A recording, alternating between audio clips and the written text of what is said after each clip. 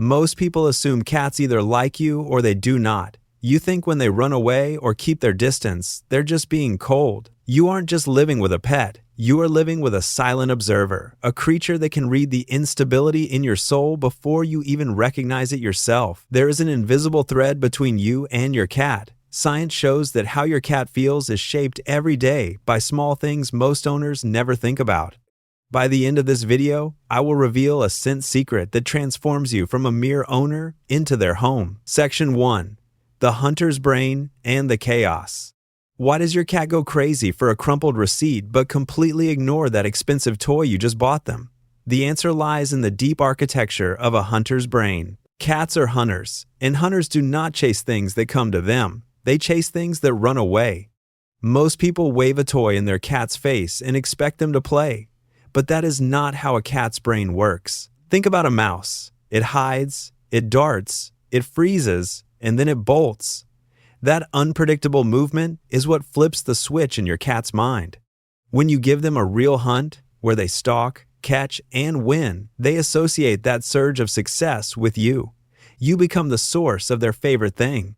But if your movements in the house are sharp, loud, and erratic due to your own stress, you don't look like a playmate. You look like a threat. Section 2. The paradox of control.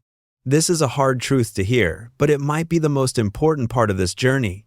If you are always the one reaching for your cat, picking them up, or calling them over, you are actually pushing them further away. Cats are not wired like dogs. They do not come to you just because you asked. In the psychology of a cat, control is the most valuable currency they own. When you chase their affection, you take that control away. Try this experiment. Sit in the same room and exist near them without making it about them. Read a book or look at your phone. By giving them the space to choose, you are creating a safety zone.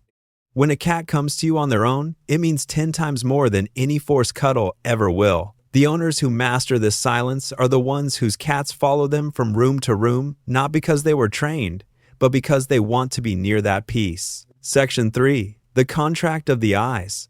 Have you ever caught your cat staring at you from across the room? In the cat world, direct eye contact is a threat. Staring is how they intimidate an enemy. But then, they slowly close their eyes. This is not random, and they aren't just sleepy. This is the slow blink. It is your cat telling you, I trust you enough to be vulnerable. A 2020 study from the university proved that cats are far more likely to blink back and approach a person who initiates this signal. If your own soul is tense, your gaze becomes fixed and sharp. Your cat mirrors that tension with fear. Tonight, look at them and blink slowly, calmly. It is a biological handshake between two souls, finding quiet in a loud world. Cats experience the world through their nose. When they rub their face against you, they aren't just being cute, they are putting their scent on you to mark you as safe. For a cat living with an owner who is struggling, your scent and their scent on you is the only thing that keeps them grounded. Stop washing away the evidence of their love. When you smell like them, you stop being just a person and you become home. Section 4. The frequency of safety. Do you talk to your cat in a high-pitched baby voice? A 2022 study from Paris-Nanterre University found something fascinating. Cats do respond to that tone, but only when it comes from their owner. If a stranger does it, they are ignored. However, there is a difference between baby talk and cat-directed speech. Baby talk is loud and exaggerated. Cat-directed speech is softer, slightly higher, and calm, like you are letting them in on a secret. Your cat has memorized the specific rhythm and feeling of your voice. When you speak to them in that familiar, quiet way, something clicks. They feel seen. They feel safe. Don't shout your love across the room. Bring it down. Make it quiet. Make it yours. Section 5. The map of touch. Why does your cat show you their belly, only to bite you the moment you touch it? It's a trap, or rather, a misunderstanding. When a cat shows you their belly, they are showing you they trust you enough to be vulnerable, but it is rarely an invitation to touch. Research from the University of Lincoln found that cats consistently prefer being touched in zones where they have scent glands, the cheeks, under the chin, and the base of their ears. When you hit these sweet spots, you are becoming part of their sensory world. But stay away from the base of the tail or the belly. unless you want to trigger an overstimulated nip. Watch their ears and tail. They are the barometers of their comfort. Section 6. Becoming home. This is the final key to winning a cat's heart. Scent. To a cat, smell is their entire reality. When they rub their face against you or bump their head on your leg, they are marking you as safe.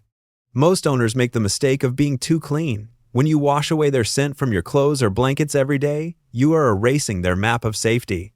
Try this. Take a soft sock, gently rub it on your cat's cheeks to collect their scent, and leave it where you sit. When you combine this familiar smell with a slow blink, everything changes. You stop being just a person who provides food. You become home. In conclusion, tonight, don't reach for them. Don't call them over.